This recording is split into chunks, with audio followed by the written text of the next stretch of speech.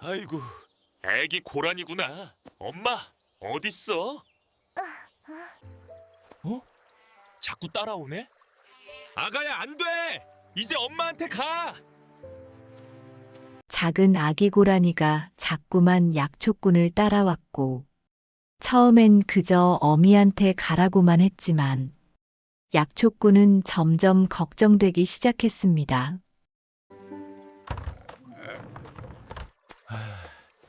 아이고, 추웠구나. 밥은 먹었니? 결국 고라니가 약초꾼의 오두막까지 따라 들어왔고, 약초꾼의 몸에 기대어 누웠습니다. 참으로 놀라운 일입니다. 이 이야기의 시작은 어느 날 아침이었습니다. 약초꾼은 평소처럼 동이 트기 전에 일어나 산으로 올랐으며 이슬이 맺힌 풀숲 사이로 천천히 걸으며 더덕과 도라지의 흔적을 찾고 있었습니다. 그의 발걸음은 소리가 없었으며 오랜 세월 산을 오르내리며 익힌 걸음걸이였고 산짐승들도 그의 존재를 크게 경계하지 않을 정도로 자연스러웠습니다. 해가 막 떠오르기 시작했고 안개가 계곡을 따라 천천히 걷히고 있었으며 새들이 지저귀는 소리가 들렸고 어디선가 물 흐르는 소리도 희미하게 들려왔습니다. 약초꾼은 바위 틈에서 자라는 어린 산삼을 발견했으며 조심스럽게 무릎을 꿇고 주변의 흙을 살펴보았습니다. 그때 그는 뒤에서 무언가 바스락거리는 소리를 들었으며 고개를 돌렸습니다. 몇 걸음 떨어진 곳에 아기 고라니 한 마리가 서 있었습니다. 고라니는 그를 똑바로 쳐다보고 있었으며 도망가지도 않고 그저 거기 서 있었습니다. 약초꾼은 이상하게 여겼지만 크게 신경 쓰지 않았으며 다시 산삼 캐는 일에 집중했습니다. 하지만 얼마 후 다시 고개를 들었을 때 고라니는 여전히 같은 자리에 서서 그를 바라보고 있었습니다. 약초꾼은 일어서서 천천히 걸어 내려갔으며 고라니는 몇 걸음 뒤를 따라왔습니다. 약초꾼이 멈추면 고라니도 멈췄으며 걸으면 고라니도 걸었습니다. 약초꾼은 손을 흔들어 쫓아보려 했지만 고라니는 피하지 않고 오히려 한 걸음 더 가까이 다가왔습니다. 그날 하루 종일 고라니는 약초꾼을 따라다녔으며 풀을 뜯으면 옆에서 지켜보았고 계곡물을 마시면 함께 물을 마셨고 약초꾼이 나무 그늘에 앉아 쉬면 그 옆에 누워 쉬었습니다. 해가 지기 시작했고 약초꾼은 산을 내려가기 시작했습니다. 고라니는 여전히 따라왔으며 약초꾼은 걱정이 되기 시작했습니다. 이런 일은 처음이었으며 야생동물이 사람을 이렇게 따라다니는 것은 자연스럽지 않았고 무언가 이유가 있을 것이라 생각했습니다.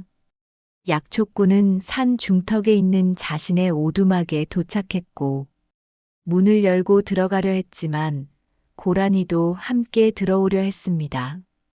약초꾼은 고라니를 막았으며 넌 여기 있으면 안 돼. 내 어미가 찾을 거야 라고 말했지만 고라니는 꿈쩍도 하지 않았습니다. 약초꾼은 문을 닫고 안으로 들어갔으며 창문으로 밖을 내다보았습니다. 고라니는 문 앞에 앉아 있었으며 꼬리를 감싸고 웅크리고 있었고 때때로 문을 향해 고개를 기울이곤 했습니다. 약초꾼은 한숨을 쉬었으며 밥을 지어 먹고 잠자리에 들었지만 잠이 오지 않았습니다. 밖에서는 아무 소리도 들리지 않았으며 고라니가 여전히 거기 있는지 확인하고 싶었지만 참았습니다. 밤이 깊어갔고 약초꾼은 뒤척이다 잠이 들었으며 꿈속에서 무언가를 보았지만 아침에 일어나자 기억나지 않았습니다. 다음 날 아침 약초꾼은 문을 열었으며 고라니는 여전히 그 자리에 있었습니다. 밤새 그곳에 있었던 것이 분명했으며 털에는 이슬이 맺혀 있었고 눈은 조금 풀려 있었지만 약초꾼을 보자 일어나서 꼬리를 흔들었습니다. 약초꾼은 당황했으며 왜 이러는 거야? 너는 어미에게 돌아가야 해라고 말했지만 고라니는 대답할 수 없었고 다만 약초꾼을 따라 걷기 시작했습니다. 약초꾼은 그날도 산으로 올랐으며 고라니는 어김없이 따라왔습니다. 약초꾼은 고라니를 떼어놓으려 여러 방법을 시도했으며 빠르게 달려보기도 했고 숲속 깊은 곳으로 들어가 숨어보기도 했지만 고라니는 언제나 그를 찾아냈고 다시 옆에 나타났습니다. 약초꾼은 점점 불안해졌으며 이 고라니가 왜 자신을 따라다니는지 무엇을 원하는지 알 수 없었고 그것이 두려웠습니다. 사흘째 되는 날 약초꾼은 마을로 내려갔습니다.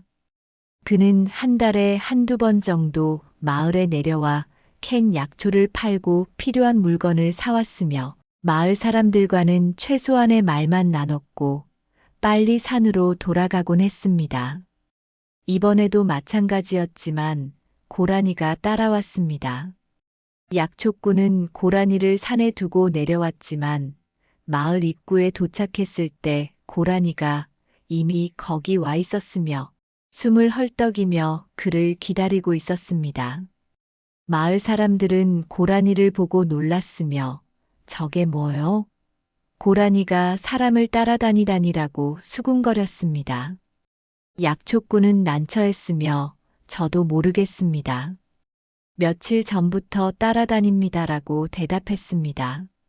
마을에 한 노인이 다가와 고라니를 살펴보았으며 이상하구먼. 야생 동물이 이렇게 사람을 따르는 건 본 적이 없소. 무슨 사연이 있을 게요라고 말했습니다. 약초꾼은 아무 말도 하지 못했으며 마을 사람들의 시선이 부담스러웠고 빨리 볼일을 마치고 산으로 돌아가고 싶었습니다. 약초꾼은 약초를 팔고 쌀과 소금을 샀으며 마을을 떠났습니다.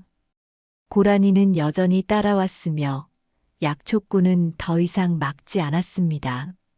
산으로 돌아가는 길에 약초꾼은 생각에 잠겼으며 왜 이 고라니가 자신을 따라다니는지 무엇을 의미하는지 알고 싶었지만 답은 나오지 않았습니다. 오두막에 도착한 약초꾼은 고라니에게 물 한 그릇을 내주었으며 고라니는 물을 마셨습니다. 약초꾼은 고라니를 바라보며 말했습니다. 내가 왜 나를 따라다니는지는 모르겠지만 나는 너에게 해줄 수 있는 게 별로 없어. 나는 그저 혼자 사는 사람이고 너는 자유로운 산짐승이야. 여기 있으면 안 돼. 하지만 고라니는 약초꾼의 말을 이해할 수 없었으며 다만 그의 발치에 누워 눈을 감았습니다. 약초꾼은 한숨을 쉬었으며 그날 밤도 잠을 설쳤습니다. 약초꾼의 본래 이름은 박인수였으며 그는 원래 마을에서 태어나 자란 사람이었습니다. 젊은 시절 그는 약초에 관심이 많았으며 산에 오르는 것을 좋아했고 사람들과 어울리는 것도 싫어하지 않았습니다. 그에게는 아내가 있었으며 아이는 없었지만 둘은 서로를 아꼈고 작은 집에서 소박하게 살았습니다. 박인수는 약초를 캐서 팔았고 아내는 밭일을 하며 살림을 꾸렸으며 그들의 삶은 평범했지만 불행하지는 않았습니다. 하지만 그것은 오래가지 못했습니다. 어느 해 겨울 아내가 병에 걸렸으며 기침이 심해지고 열이 나기 시작했습니다. 박인수는 온갖 약초를 구해 다려주었지만 아내의 병은 나아지지 않았고 오히려 악화되었습니다. 마을의 의원도 손을 쓸 수 없다고 했으며 아내는 점점 쇠약해졌습니다. 박인수는 필사적으로 약초를 찾아다녔으며 깊은 산속까지 들어가 귀한 약초를 캐려 했고 눈보라가 치는 날에도 산을 헤맸습니다. 어느 날 밤 박인수는 산속에서 길을 잃었으며 추위에 떨며 바위 아래에서 하룻밤을 보냈습니다. 그날 밤 그는 꿈을 꾸었으며 꿈속에서 흰 옷을 입은 노인이 나타나 말했습니다. 내가 찾는 약초는 여기 없다. 사람의 목숨은 하늘이 정한 것이니 억지로 붙잡으려 하지 마라. 박인수는 꿈에서 깨어났으며 동이 트고 있었습니다. 그는 산을 내려왔으며 집으로 돌아갔지만 아내는 이미 숨을 거둔 뒤였습니다. 이웃 사람들이 그녀를 돌보고 있었으며 박인수가 도착했을 때 그들은 안타까운 눈빛으로 그를 바라보았습니다. 박인수는 아내의 차가운 손을 잡았으며 아무 말도 하지 못했습니다. 장례를 치른 뒤 박인수는 변했습니다. 그는 말수가 줄어들었으며 사람들을 피하기 시작했고 마을에 머무르는 것이 괴로웠습니다. 모든 것이 그를 탓하는 것 같았으며 아내를 살리지 못한 자신이 원망스러웠고 약초를 찾아 헤매느라 아내 곁을 지키지 못한 것이 후회되었습니다. 그는 결국 마을을 떠나기로 했으며 산 중턱에 작은 오두막을 짓고 혼자 살기 시작했습니다. 그로부터 15년이 흘렀으며 박인수는 이제 약초꾼으로만 불렸습니다. 그는 산에서 약초를 캐고 그것을 팔아 최소한의 생활을 유지했으며 사람들과는 거의 말을 섞지 않았습니다. 그의 얼굴에는 주름이 깊어졌고 머리는 반쯤 휘어졌으며 눈빛은 언제나 어딘가 먼 곳을 바라보는 것 같았습니다. 그는 산을 사랑했지만 동시에 산을 두려워했으며 산이 그에게서 무언가를 빼앗아갔다는 것을 알고 있었지만 그래도 산에서만 살 수 있었습니다. 아기 고라니가 나타난 것은 그런 시기였습니다. 15년 동안 혼자 살아온 박인수에게 고라니의 출현은 혼란이었으며 그는 고라니가 왜 자신을 따라다니는지 이해할 수 없었고 그것이 무엇을 의미하는지 알고 싶지 않았습니다. 하지만 고라니는 계속 그곳에 있었으며 날이 갈수록 박인수에게 익숙해졌고 박인수도 모르는 사이에 고라니에게 익숙해지고 있었습니다. 일주일이 지나고 박인수는 고라니에게 이름을 지어주었습니다. 그는 고라니를 점이라고 불렀으며 그 이유는 고라니의 이마에 작은 점 같은 무늬가 있었기 때문이었습니다. 점이는 박인수가 부르면 고개를 들었으며 박인수가 손짓하면 다가왔고 박인수가 쓰다듬으면 눈을 감고 가만히 있었습니다. 박인수는 점이에게 말을 걸기 시작했습니다. 오늘은 날씨가 좋구나. 산삼을 찾으러 가볼까? 점이는 대답할 수 없었지만 박인수를 따라 걸었습니다. 박인수는 점이와 함께 산을 오르며 혼자였던 지난 15년을 떠올렸습니다. 그는 외롭지 않다고 생각했지만 사실은 외로웠으며 누군가와 함께 있고 싶었지만 그것을 인정하고 싶지 않았습니다. 점이는 박인수의 그런 마음을 아는 듯 모르는 듯 그저 옆에 있었으며 박인수가 쉬면 함께 쉬었고 박인수가 걸으면 함께 걸었습니다. 점이는 야생 동물이었지만 박인수를 두려워하지 않았으며 박인수 역시 점이를 경계하지 않게 되었습니다. 한 달이 지났으며 점이는 조금 자랐습니다. 박인수는 점이에게 먹이를 주지 않았지만 점이는 스스로 풀을 뜯어 먹었고 계곡물을 마셨으며 건강하게 자랐습니다. 박인수는 가끔 점이가 어미를 찾아 떠나지 않을까 걱정했지만 점이는 떠나지 않았으며 언제나 박인수 곁에 있었습니다. 어느 날 박인수는 평소보다 더 먼 곳에서 약초를 캐고 있었으며 점이도 함께였습니다. 그때 갑자기 하늘이 어두워지기 시작했으며 먹구름이 몰려왔고 천둥 소리가 들렸습니다. 박인수는 서둘러 산을 내려가려 했지만 비가 쏟아지기 시작했고 순식간에 폭우가 되었습니다. 박인수는 근처의 바위 절벽 아래로 몸을 피했으며 점이도 함께 들어왔습니다. 비는 점점 거세졌으며 계곡물 소리가 요란하게 들렸습니다. 박인수는 불안했으며 이런 폭우에는 산사태가 일어날 수 있다는 것을 알고 있었습니다. 그는 점이를 안고 바위 틈 깊숙이 들어갔으며 밖에서는 천둥이 치고 번개가 번쩍였습니다. 1시간쯤 지났을까 갑자기 위쪽에서 굉음이 들렸으며 흙과 돌이 쏟아져 내리기 시작했습니다. 산사태였습니다.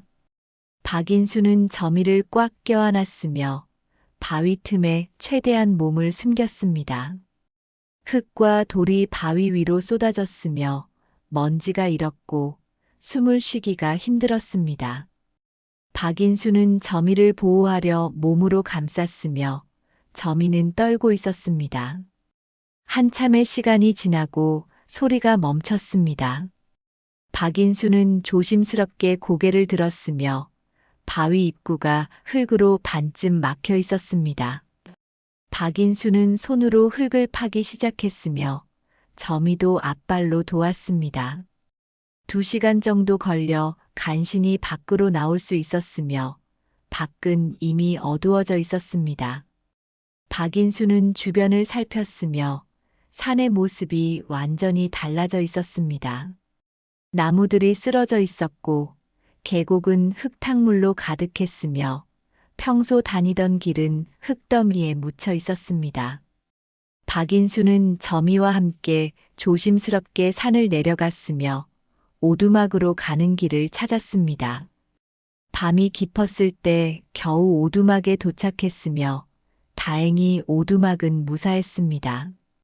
박인수는 점이의 몸을 닦아주었으며 자신도 젖은 옷을 갈아입었고 불을 피워 몸을 녹였습니다.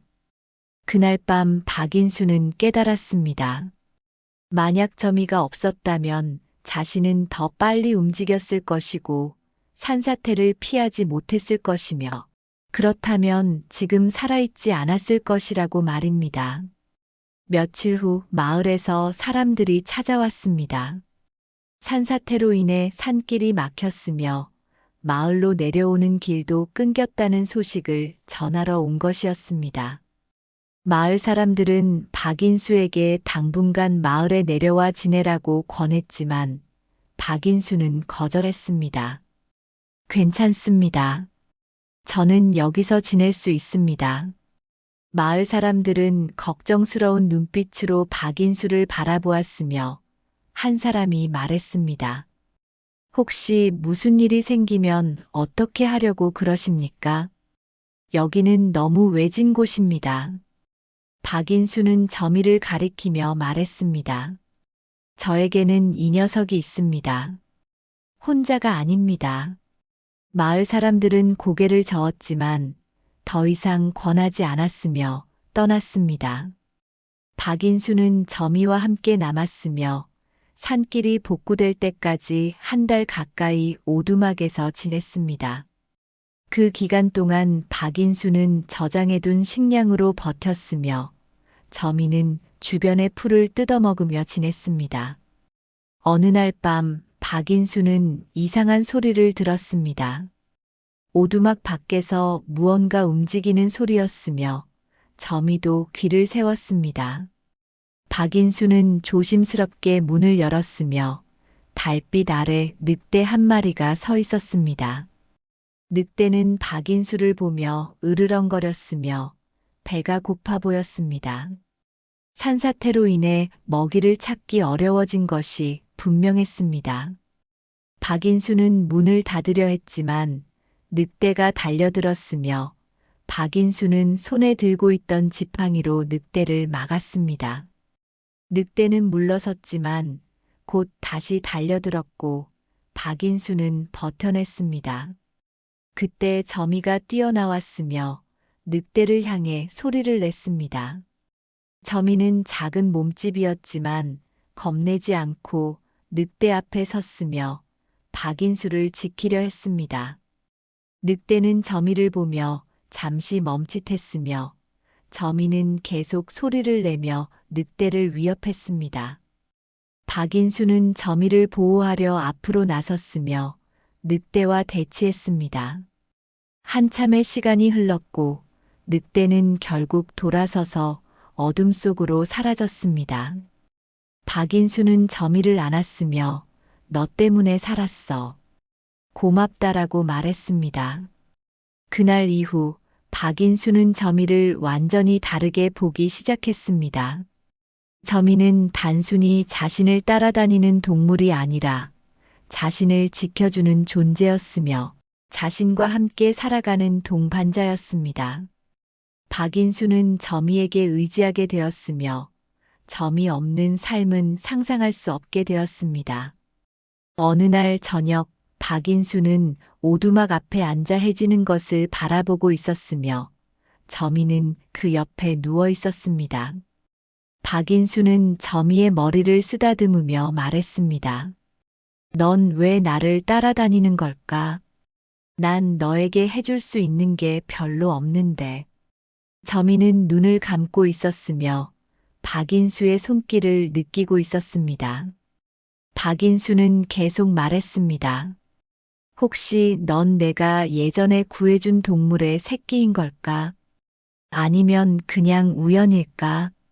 아니면 박인수는 말을 멈췄으며 더 이상 생각하고 싶지 않았습니다. 그는 일어서서 오두막으로 들어갔으며 점이는 여전히 밖에 누워 있었고 밤이 깊어갔습니다. 여름이 깊어지고 산에는 비가 자주 내렸습니다. 박인수는 평소처럼 약초를 캐러 다녔으며 점이는 여전히 그를 따라다녔습니다. 어느 날 오후 박인수는 깊은 계곡 근처에서 귀한 약초를 발견했으며 그것을 캐기 위해 가파른 비탈을 내려갔습니다. 점이는 위에서 지켜보고 있었으며 박인수는 조심스럽게 약초를 캤습니다. 그때 갑자기 천둥 소리가 들렸으며 하늘이 어두워지기 시작했습니다. 박인수는 서둘러 약초를 캐고 올라오려 했지만 비가 쏟아지기 시작했고 비탈이 미끄러워졌습니다. 박인수는 발을 헛디뎠으며 몸이 아래로 미끄러졌고 간신히 나뭇가지를 붙잡아 추락을 막았습니다. 그는 매달린 채로 숨을 헐떡였으며 아래를 내려다보니 깊은 계곡이 보였고 떨어지면 살아남을 수 없었습니다. 점이는 위에서 불안하게 울었으며 앞발로 땅을 긁었습니다. 박인수는 나뭇가지를 붙잡은 채로 올라가려 했지만 힘이 빠져갔고 손이 미끄러졌습니다.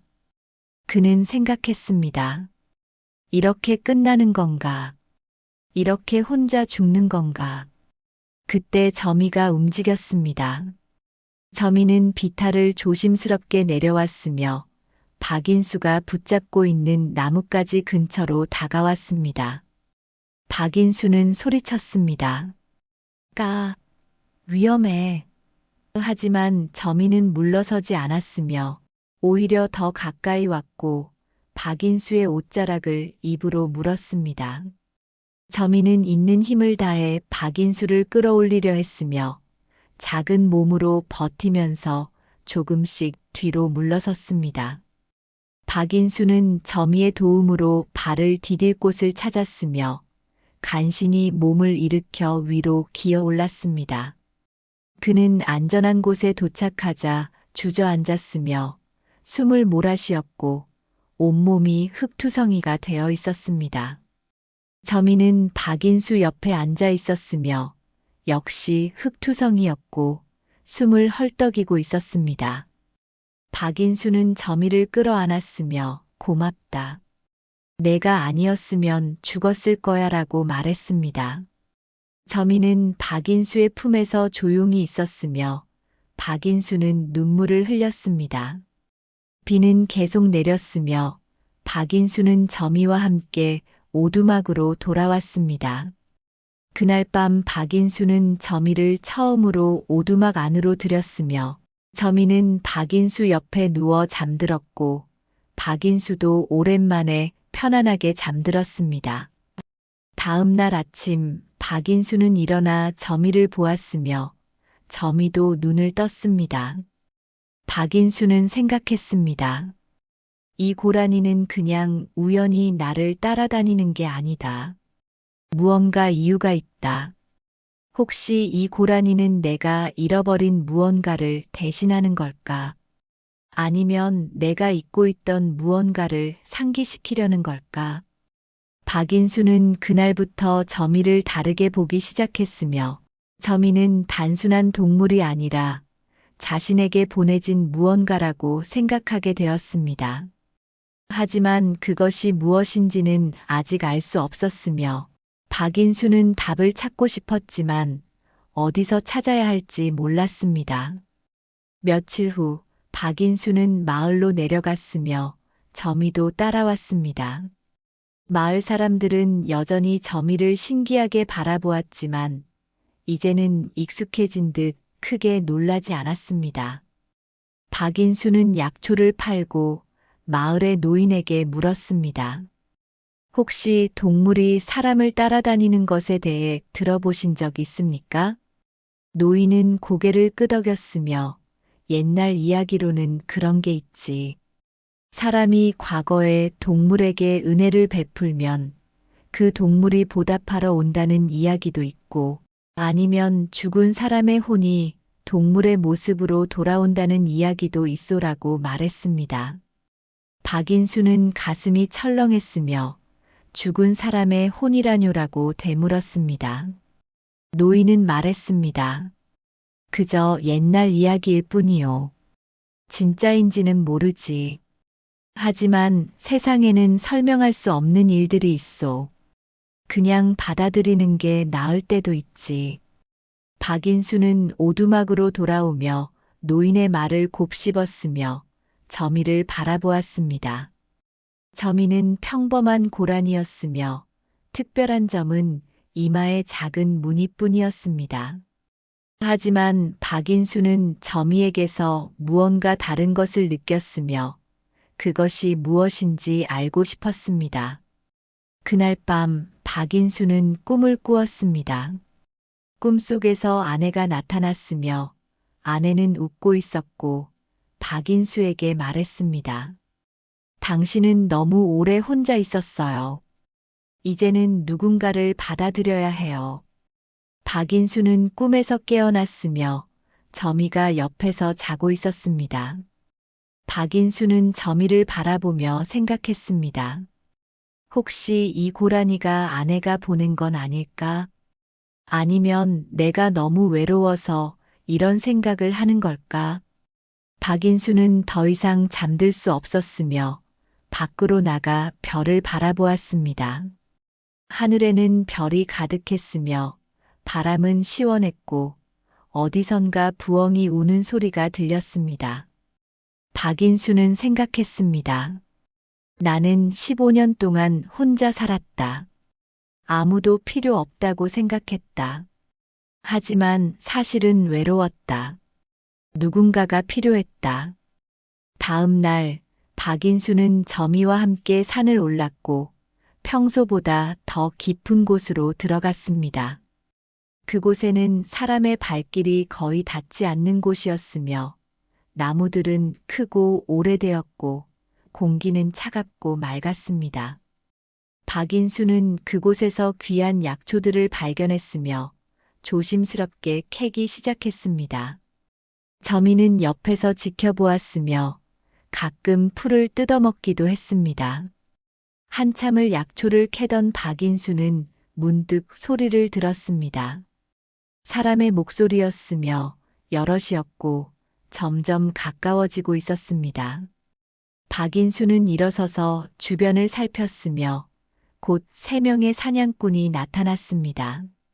그들은 총을 들고 있었으며 개 2마리를 데리고 있었고 박인수를 보고 멈춰 섰습니다. 사냥꾼 중 한 명이 말했습니다. 아, 약초꾼 아니시오? 여기서 뭐 하시오? 박인수는 대답했습니다. 약초를 캐고 있습니다. 사냥꾼은 주변을 둘러보았고 저미를 발견했습니다. 저기 고라니가 있네. 저놈 잡아야겠어. 박인수는 급히 말했습니다. 저 고라니는 제가 기르는 겁니다. 쏘지 마십시오. 사냥꾼은 이상하다는 표정을 지었으며 고라니를 기른다고 야생 동물을 기르는 게 말이 돼오? 박인수는 점이 앞을 막아섰으며 부탁입니다. 저 고라니는 건드리지 마십시오. 사냥꾼들은 서로 눈짓을 나누었으며 한 명이 말했습니다. 야생 동물은 누구 거라고 할 수 없소. 산의 것이지. 우리가 잡아도 문제 없소. 박인수는 단호하게 말했습니다. 그래도 안 됩니다. 저 고라니는 제게 목숨을 구해준 은인입니다. 사냥꾼들은 웃었으며 고라니가 사람 목숨을 구했다고? 그게 무슨 말이오라고 물었습니다. 박인수는 며칠 전 계곡에서 있었던 일을 설명했고 사냥꾼들은 믿기지 않는다는 표정을 지었지만 박인수의 눈빛이 진지했기에 더 이상 말하지 않았습니다. 한 사냥꾼이 말했습니다. 그렇다 해도 우리는 사냥을 해야 하오. 오늘 아무것도 못 잡으면 빈손으로 돌아가야 하오. 저 고라니 하나쯤은 양보하시오. 박인수는 고개를 저었으며 안 됩니다라고 말했습니다. 분위기가 험악해지고 사냥꾼들은 총을 들어 올리자 개들은 짖기 시작했습니다. 저미는 두려워하며 박인수 뒤로 숨었고 박인수는 팔을 벌려 저미를 가렸습니다. 박인수는 말했습니다. 저를 먼저 쏘십시오. 그래야 저 고라니를 잡을 수 있을 겁니다. 사냥꾼들은 당황했으며 한 명이 말했습니다. 미쳤소? 고라니 하나 때문에 목숨을 거는 게 말이 돼오? 박인수는 대답했습니다. 저에게는 중요합니다. 저는 이미 많은 것을 잃었습니다. 더 이상 잃고 싶지 않습니다. 사냥꾼들은 한참을 박인수를 바라보았고 결국 한 명이 총을 내렸습니다. 좋소. 오늘은 봐주겠소. 하지만 다음에 또 마주치면 그때는 잡을 거요. 사냥꾼들은 돌아서서 떠났으며 박인수는 그제야 안도의 한숨을 쉬었습니다. 저미는 박인수를 올려다보았으며 박인수는 저미의 머리를 쓰다듬었습니다. 괜찮아. 이제 안전해. 박인수는 저미를 안았으며 저미는 박인수의 품에서 떨고 있었습니다. 박인수는 생각했습니다. 나는 왜 이렇게까지 했을까? 고라니 한 마리를 위해 목숨을 걸다니. 하지만 그 순간 나는 선택할 수밖에 없었다. 저미를 잃는 것은 다시 혼자가 되는 것이었고 나는 그것을 견딜 수 없었다. 박인수는 저미와 함께 오두막으로 돌아왔고 그날 밤 긴 생각에 잠겼습니다. 그는 10년 동안 혼자 살아왔으며 아무도 필요 없다고 생각했고 누구도 가까이 하지 않았습니다. 하지만 저미가 나타난 뒤로 모든 것이 달라졌으며 그는 저미 없이는 살 수 없게 되었고 저미를 지키기 위해 무엇이든 할 수 있게 되었습니다. 박인수는 자문했습니다. 이것이 집착인가 아니면 사랑인가? 나는 저미에게 의지하고 있는 건가 아니면 저미가 나에게 의지하고 있는 건가? 답은 나오지 않고 박인수는 다만 저미가 곁에 있다는 것만으로 감사했습니다. 여름이 지나고 가을이입니다. 산은 단풍으로 물들기 시작했습니다. 박인수는 점이와 함께 평화로운 나날을 보냈으며 약초를 캐고 마을에 내려가 팔고 다시 산으로 돌아오는 일상을 반복했습니다. 점이는 이제 제법 자랐으며 더 이상 아기 고라니가 아니었고 날렵하고 건강한 모습이었습니다. 어느 날 오후 박인수는 평소보다 멀리 떨어진 곳에서 약초를 캐고 있었고 점이는 근처에서 풀을 뜯고 있었습니다. 갑자기 점이가 귀를 세웠으며 어딘가를 향해 달려가기 시작했습니다. 박인수는 놀라 점이를 불렀지만 점이는 멈추지 않았고 숲속으로 사라졌습니다. 박인수는 서둘러 점이를 따라갔고 점이가 멈춰 선 곳은 작은 바위 틈이었습니다. 그곳에는 또 다른 고라니가 쓰러져 있었으며 다리에 올가미가 걸려 있었고 피를 흘리고 있었습니다. 점이는 그 고라니 옆에 앉아 있었으며 슬픈 소리로 울고 있었습니다. 박인수는 가까이 다가가 살펴보았으며 올가미는 사냥꾼이 놓은 것이었고 고라니는 이미 오래전부터 거기 갇혀 있었던 것 같았습니다. 박인수는 조심스럽게 올가미를 풀었으며 고라니는 숨이 약했지만 아직 살아 있었습니다.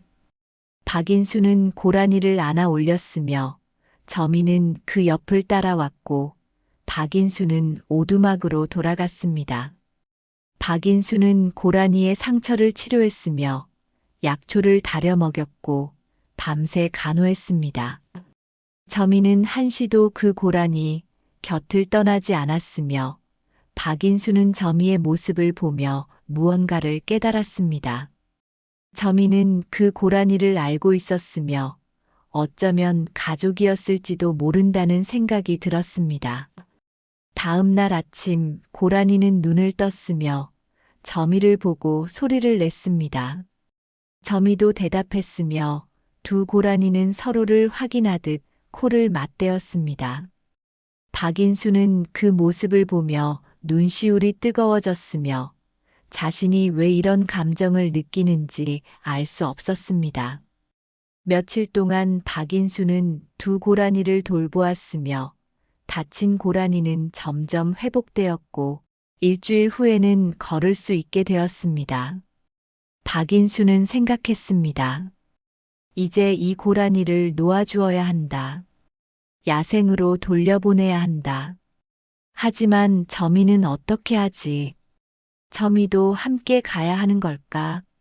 어느 날 저녁 박인수는 두 고라니를 데리고 산으로 나갔습니다. 그는 깊은 숲속, 사람의 발길이 닿지 않는 곳으로 갔으며 그곳에서 멈춰 섰습니다. 박인수는 다친 고라니를 내려놓았으며 고라니는 주변을 살폈고 천천히 숲속으로 걸어갔습니다. 점이는 박인수를 보았으며 다시 저 고라니를 보았고 갈등하는 듯 보였습니다. 박인수는 무릎을 꿇고 점이와 눈을 맞추었으며 조용히 말했습니다. 점이야, 넌 이제 가야 해. 저게 내 어미인지 형제인지는 모르겠지만 내 가족이야. 넌 저기서 살아야 해. 여기가 내 집이야. 점이는 박인수를 오래 바라보았으며 박인수는 점이의 머리를 쓰다듬었습니다. 나는 괜찮아. 나는 이제 혼자서도 살 수 있어. 너 덕분에 깨달았어. 나는 외롭지 않아. 내가 가르쳐줬어. 점이는 박인수의 손을 하찼으며 천천히 돌아서서 저 고라니가 있는 곳으로 걸어갔습니다. 박인수는 점이의 뒷모습을 바라보았고 눈물이 흘러내렸습니다. 점이는 숲속으로 사라졌으며 박인수는 그 자리에 한참을 서 있었습니다. 박인수는 오두막으로 돌아왔으며 오두막은 텅 비어 있었고 점이가 누워있던 자리만 남아 있었습니다. 박인수는 그 자리에 앉았으며 점이를 생각했습니다. 점이는 왜 나를 따라왔을까? 이제야 알 것 같았습니다. 저미는 나에게 다시 사랑하는 법을 가르쳐 주러 왔었습니다. 나에게 누군가를 돌보는 것이 무엇인지 보여주러 왔었습니다. 나에게 혼자가 아니라는 것을 알려주러 왔었습니다. 그날 밤 박인수는 오랜만에 평온하게 잠들었고 꿈속에서 아내를 다시 만났습니다. 아내는 미소 지으며 말했습니다. 이제 괜찮아요. 당신은 이제 혼자가 아니에요. 박인수는 꿈에서 깨어났으며 새벽이었고 해가 뜨기 시작했습니다. 다음 날부터 박인수는 조금씩 변하기 시작했습니다. 그는 마을에 더 자주 내려갔으며 사람들과 말을 나누기 시작했고 가끔은 마을 사람들을 도와주기도 했습니다. 누군가 아프면 약초를 캐다 주었으며 누군가 도움이 필요하면 손을 내밀었고 사람들은 박인수를 다시 보기 시작했습니다. 마을 사람들은 박인수가 변했다고 수군거렸으며 예전의 그가 아니다. 무언가 달라졌다라고 말했습니다. 박인수는 그런 말을 듣고도 신경 쓰지 않았으며 그저 자신이 할 수 있는 일을 했습니다. 가을이 깊어지고 겨울이 다가왔으며 박인수는 어느 날 마을에서 한 아이를 만났습니다. 아이는 부모를 잃고 혼자 살고 있었으며 마을 사람들이 돌아가며 돌봐주고 있었습니다. 박인수는 아이를 보며 문득 저미를 떠올렸으며 아이에게 다가가 물었습니다. 배고프니? 아이는 고개를 끄덕였으며 박인수는 아이를 데리고 가서 밥을 사주었습니다. 아이는 허겁지겁 밥을 먹었으며 박인수는 그 모습을 보며 미소 지었습니다. 박인수는 아이에게 물었습니다. 나와 함께 산에서 살래? 아이는 박인수를 올려다보았으며 저를 키워주실 건가요?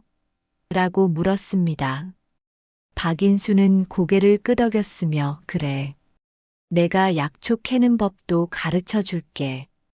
혼자 사는 법도 가르쳐 줄게. 하지만 외롭지 않게 살 수 있는 법도 가르쳐 줄게. 아이는 눈물을 흘렸으며 고개를 끄덕였습니다. 박인수는 아이의 손을 잡았으며 함께 산으로 올라갔습니다. 오두막은 작았지만 두 사람이 살기에 충분했으며 박인수는 아이에게 방을 하나 만들어 주었고 아이는 박인수를 아버지라고 부르기 시작했습니다. 겨울이 왔으며 눈이 내렸고 산은 하얗게 뒤덮였습니다. 박인수는 아이와 함께 눈 속을 걸으며 약초 찾는 법을 가르쳤고 아이는 열심히 배웠으며 박인수는 아이를 보며 행복했습니다. 어느 날 저녁 박인수와 아이는 오두막 앞에 앉아 있었으며 아이가 물었습니다. 아버지, 왜 저를 거두셨어요? 박인수는 잠시 생각하다 대답했습니다. 예전에 나도 누군가에게 도움을 받았어. 고라니 한 마리에게 말이야. 아이는 이상하다는 표정을 지었으며 고라니요? 라고 물었습니다. 박인수는 미소 지으며 점이 이야기를 들려주었고 아이는 신기하게 듣다가 물었습니다.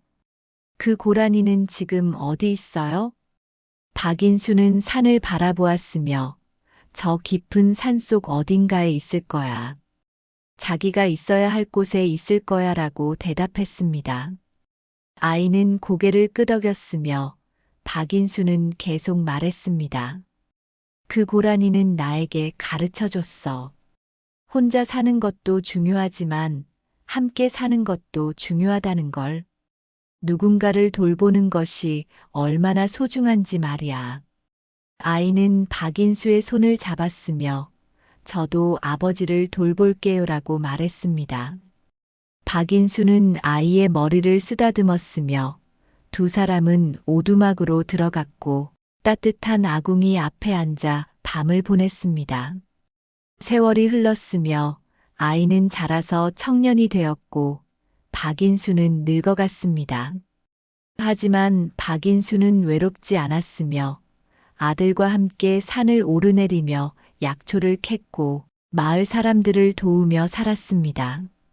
마을 사람들은 박인수를 존경했으며 그의 이야기는 마을에서 대대로 전해졌습니다. 박인수는 가끔 산속 깊은 곳을 걸으며 점이를 찾았지만 점이를 다시 만나지는 못했습니다.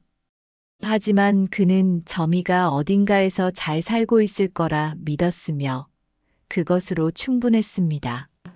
어느 봄날 박인수는 아들과 함께 산을 오르다가 저 멀리 2마리의 고라니를 보았습니다. 그중 한 마리의 이마에는 작은 점 같은 무늬가 있었으며 박인수는 그것이 점이라는 것을 알았습니다. 점이는 박인수를 바라보았으며 박인수도 점이를 바라보았고 두 존재는 한참을 그렇게 서로를 바라보았습니다. 그리고 점이는 천천히 돌아서서 숲속으로 사라졌으며 박인수는 그 뒷모습을 보며 미소 지었습니다. 아들이 물었습니다.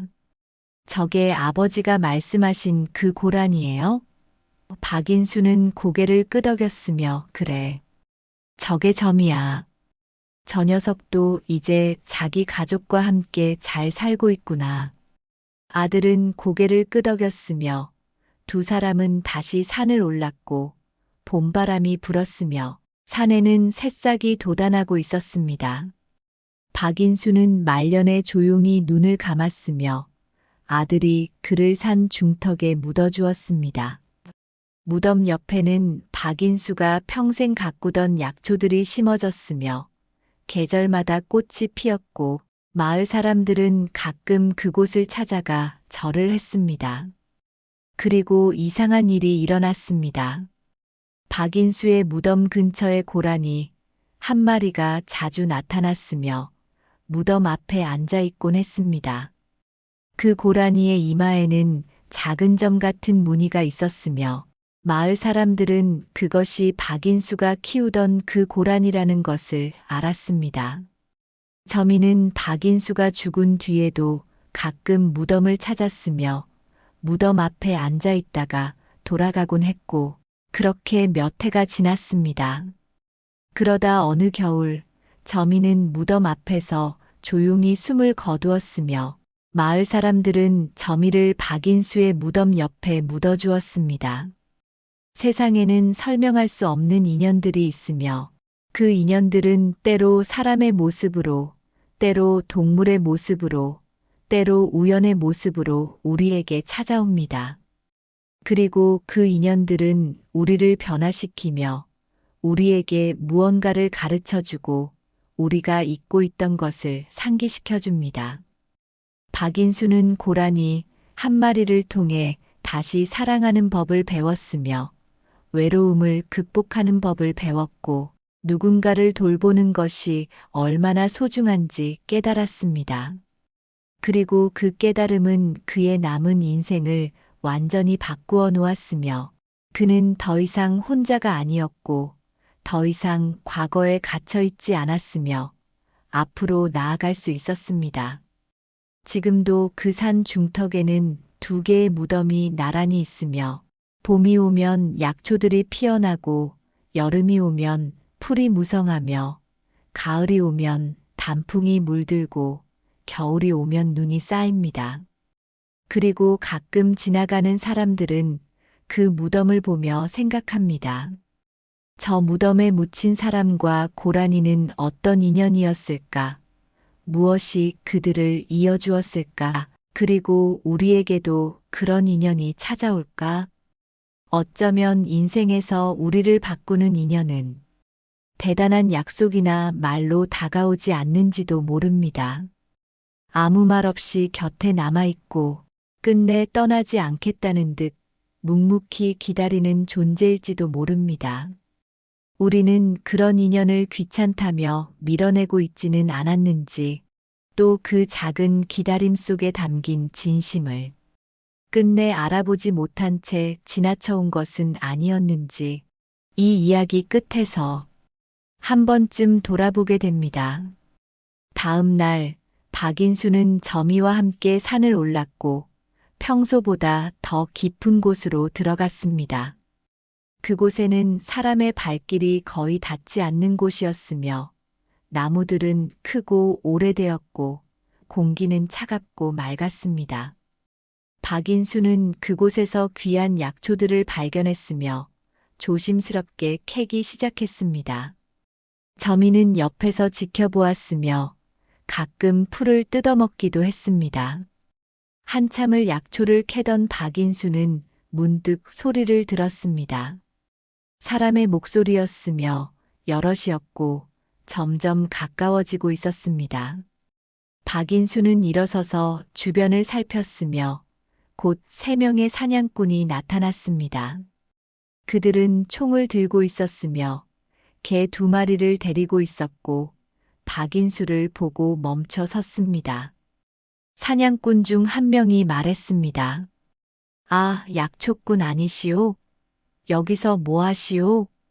박인수는 대답했습니다. 약초를 캐고 있습니다.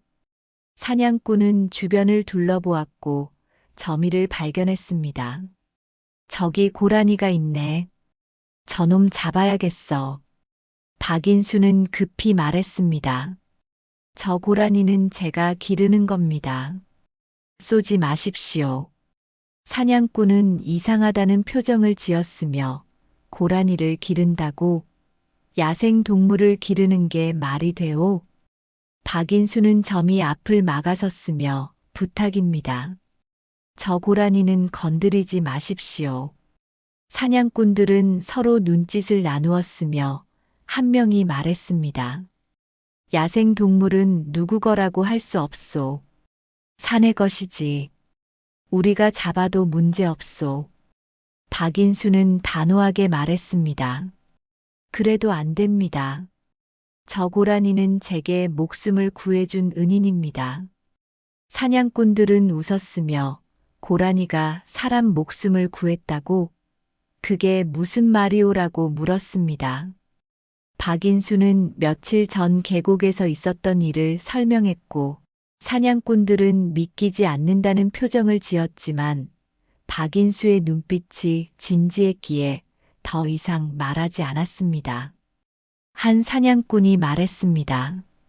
그렇다 해도 우리는 사냥을 해야 하오. 오늘 아무것도 못 잡으면 빈손으로 돌아가야 하오. 저 고라니 하나쯤은 양보하시오. 박인수는 고개를 저었으며 안 됩니다라고 말했습니다. 분위기가 험악해지고 사냥꾼들은 총을 들어 올리자 개들은 짖기 시작했습니다. 점이는 두려워하며 박인수 뒤로 숨었고 박인수는 팔을 벌려 점이를 가렸습니다. 박인수는 말했습니다. 저를 먼저 쏘십시오. 그래야 저 고라니를 잡을 수 있을 겁니다. 사냥꾼들은 당황했으며 한 명이 말했습니다.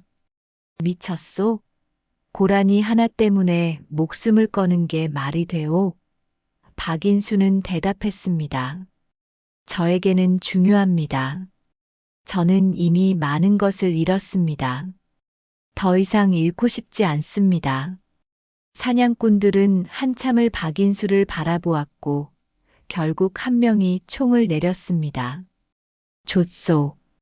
오늘은 봐주겠소. 하지만 다음에 또 마주치면 그때는 잡을 거요. 사냥꾼들은 돌아서서 떠났으며 박인수는 그제야 안도의 한숨을 쉬었습니다. 점이는 박인수를 올려다보았으며 박인수는 점이의 머리를 쓰다듬었습니다. 괜찮아. 이제 안전해. 박인수는 점이를 안았으며 점이는 박인수의 품에서 떨고 있었습니다. 박인수는 생각했습니다. 나는 왜 이렇게까지 했을까? 고라니 한 마리를 위해 목숨을 걸다니. 하지만 그 순간 나는 선택할 수밖에 없었다. 점이를 잃는 것은 다시 혼자가 되는 것이었고 나는 그것을 견딜 수 없었다. 박인수는 점이와 함께 오두막으로 돌아왔고 그날 밤 긴 생각에 잠겼습니다. 그는 10년 동안 혼자 살아왔으며 아무도 필요 없다고 생각했고 누구도 가까이 하지 않았습니다. 하지만 점이가 나타난 뒤로 모든 것이 달라졌으며 그는 점이 없이는 살 수 없게 되었고 점이를 지키기 위해 무엇이든 할 수 있게 되었습니다. 박인수는 자문했습니다. 이것이 집착인가 아니면 사랑인가? 나는 점이에게 의지하고 있는 건가 아니면 점이가 나에게 의지하고 있는 건가? 답은 나오지 않고 박인수는 다만 점이가 곁에 있다는 것만으로 감사했습니다. 여름이 지나고 가을이입니다. 산은 단풍으로 물들기 시작했습니다. 박인수는 점이와 함께 평화로운 나날을 보냈으며 약초를 캐고 마을에 내려가 팔고 다시 산으로 돌아오는 일상을 반복했습니다. 점이는 이제 제법 자랐으며 더 이상 아기 고라니가 아니었고 날렵하고 건강한 모습이었습니다. 어느 날 오후 박인수는 평소보다 멀리 떨어진 곳에서 약초를 캐고 있었고 점이는 근처에서 풀을 뜯고 있었습니다. 갑자기 점이가 귀를 세웠으며 어딘가를 향해 달려가기 시작했습니다.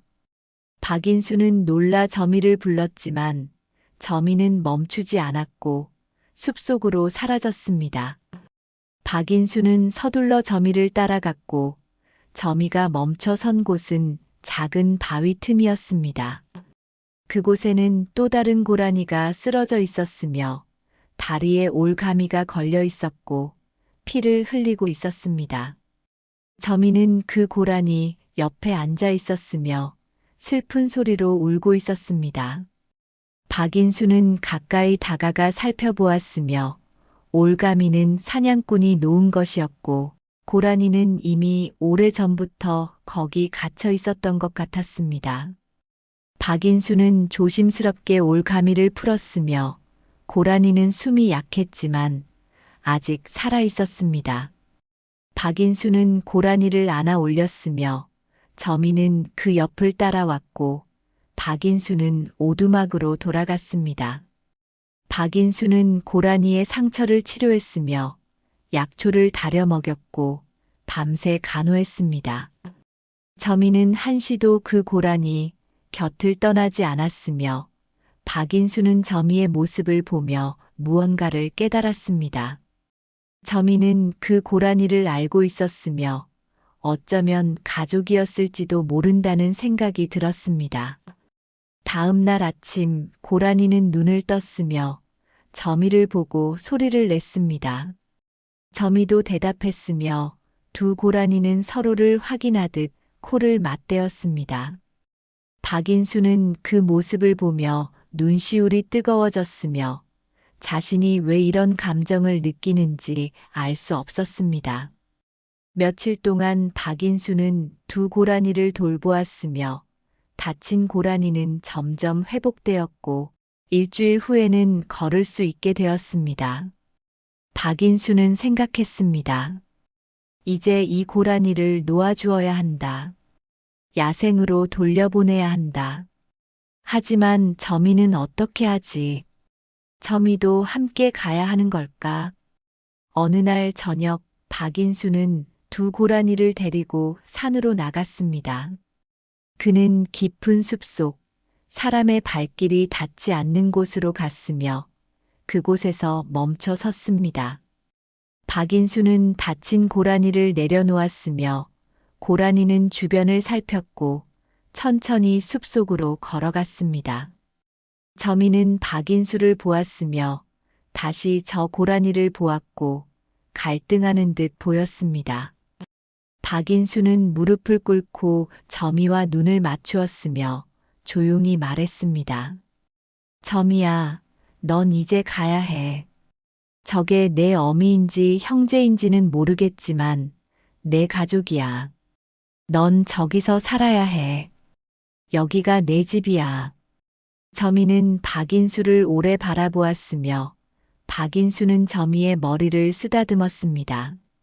나는 괜찮아. 나는 이제 혼자서도 살 수 있어. 너 덕분에 깨달았어. 나는 외롭지 않아. 내가 가르쳐 줬어.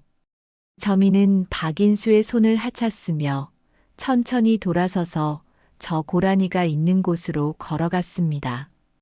박인수는 저미의 뒷모습을 바라보았고 눈물이 흘러내렸습니다. 저미는 숲속으로 사라졌으며 박인수는 그 자리에 한참을 서 있었습니다. 박인수는 오두막으로 돌아왔으며 오두막은 텅 비어 있었고 저미가 누워있던 자리만 남아 있었습니다. 박인수는 그 자리에 앉았으며 저미를 생각했습니다. 저미는 왜 나를 따라왔을까? 이제야 알 것 같았습니다. 저미는 나에게 다시 사랑하는 법을 가르쳐 주러 왔었습니다. 나에게 누군가를 돌보는 것이 무엇인지 보여주러 왔었습니다. 나에게 혼자가 아니라는 것을 알려주러 왔었습니다. 그날 밤 박인수는 오랜만에 평온하게 잠들었고 꿈속에서 아내를 다시 만났습니다. 아내는 미소 지으며 말했습니다. 이제 괜찮아요. 당신은 이제 혼자가 아니에요. 박인수는 꿈에서 깨어났으며 새벽이었고 해가 뜨기 시작했습니다.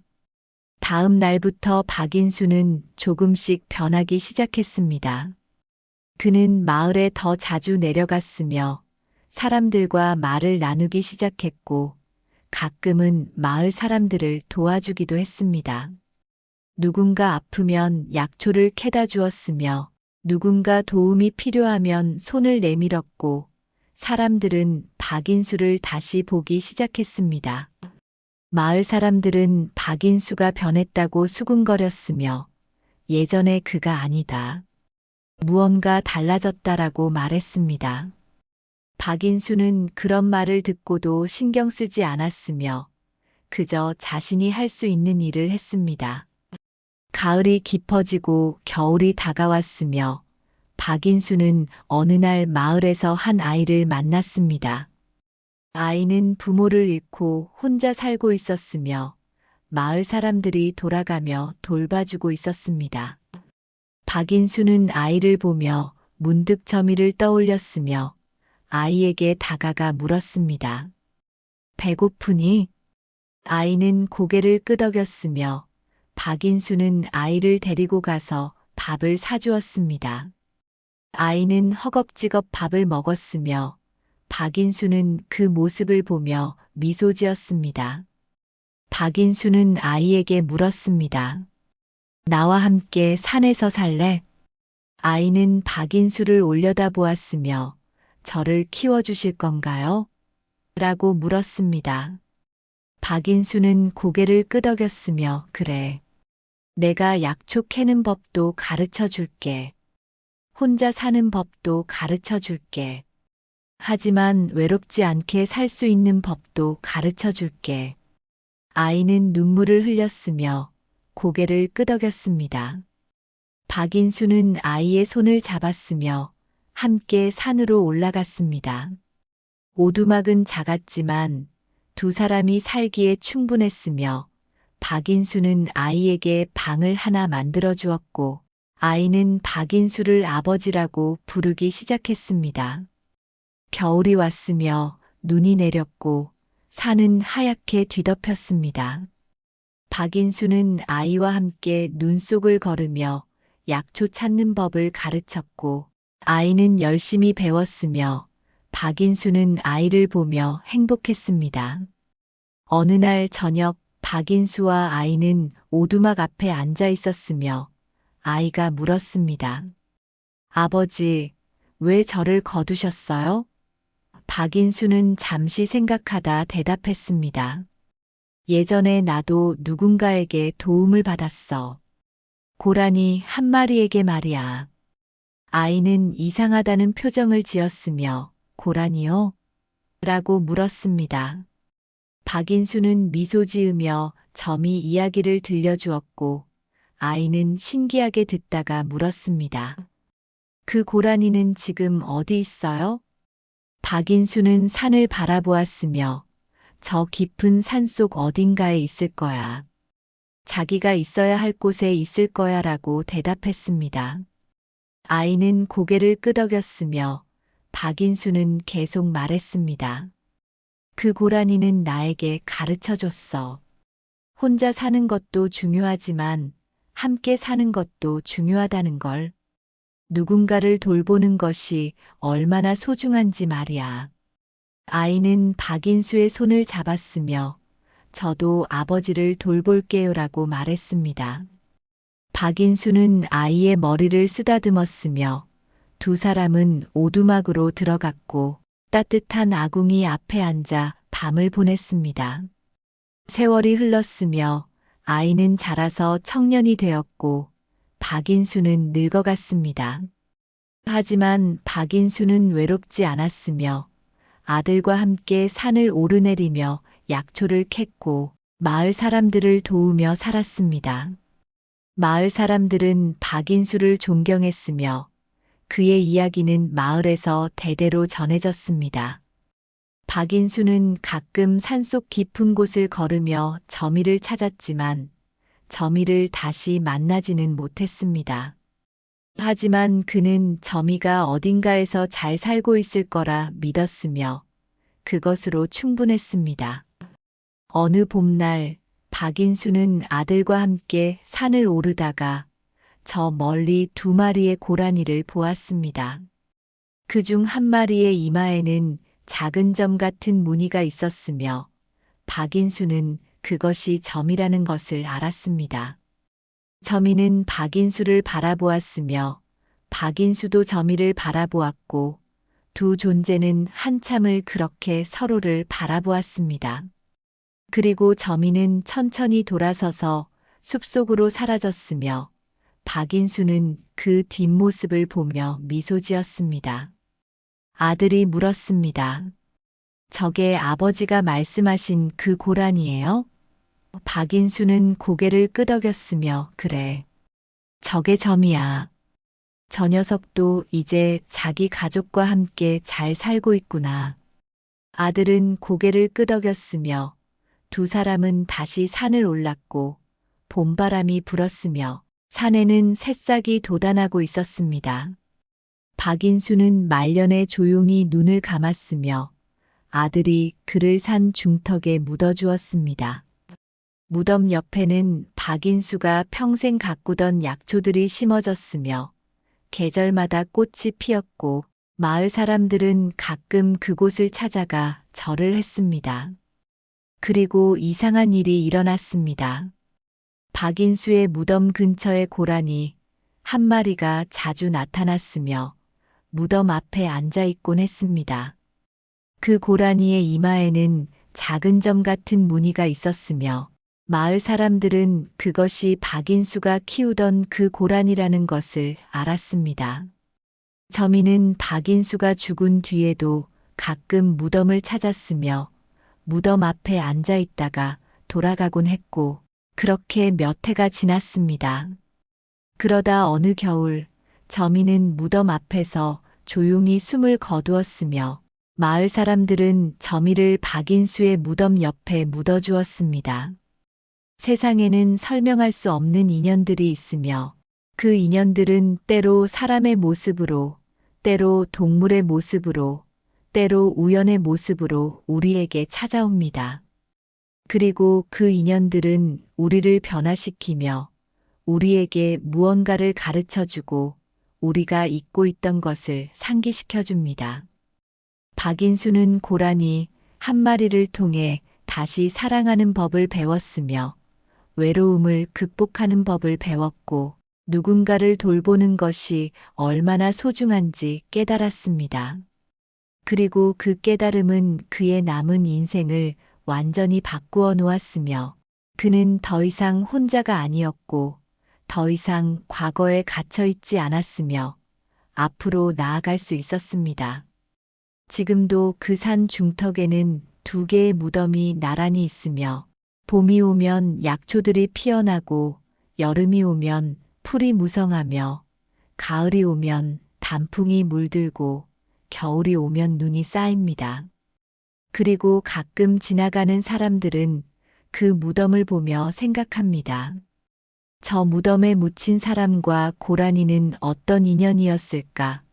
무엇이 그들을 이어주었을까? 그리고 우리에게도 그런 인연이 찾아올까? 어쩌면 인생에서 우리를 바꾸는 인연은 대단한 약속이나 말로 다가오지 않는지도 모릅니다. 아무 말 없이 곁에 남아있고 끝내 떠나지 않겠다는 듯 묵묵히 기다리는 존재일지도 모릅니다.